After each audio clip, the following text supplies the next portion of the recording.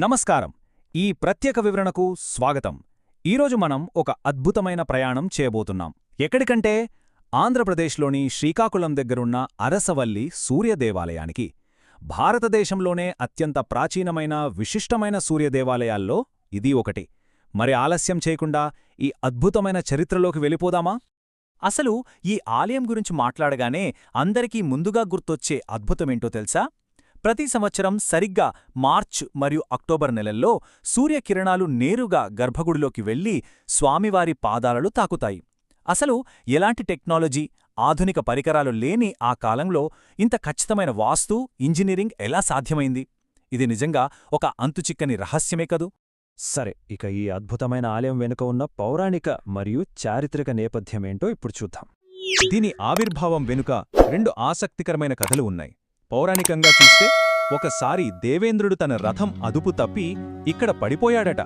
అప్పుడు భూమిలో దాగి ఉన్న సూర్యభగవానుడి విగ్రహాన్ని చూసి సాక్షాత్తు దేవశిల్పి విశ్వకర్మచేత ఈ ఆలయాన్ని నిర్మింపజేశాడని పురాణాలు చెబుతున్నాయి. వినడానికి చాలా అద్భుతంగా ఉంది కదా. కాని చరిత్ర ప్రకారం చూస్తే 7వ శతాబ్దంలో కళింగరాజు దేవేంద్రవర్మ ఈ ఆలయాన్ని నిర్మించినట్లు మనకు స్పష్టమైన చారిత్రక ఆధారాలు ఉన్నాయి.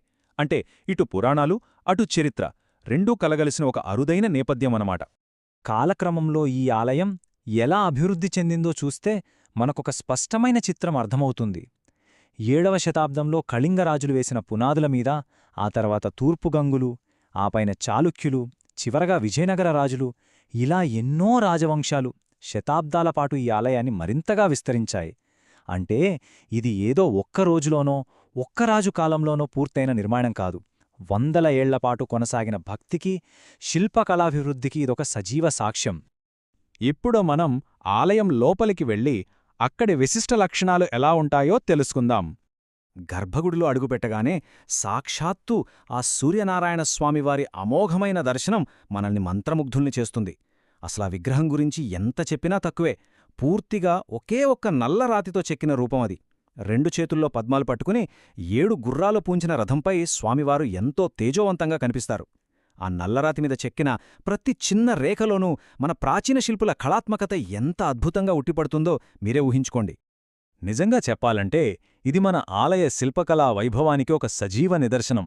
ఆ అద్భుతమైన విగ్రహాన్ని అందంగా చెక్కడంతోనే వారు ఆగిపోలేదు.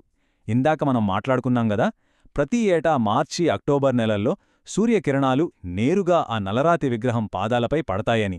ఎంత అందమైన విగ్రహం ఉన్నా దాన్ని ప్రకృతితో, సూర్యగమనంతో అంత ఖచ్చితంగా అనుసంధానించడమే ఇక్కడ అసలైన మ్యాజిక్.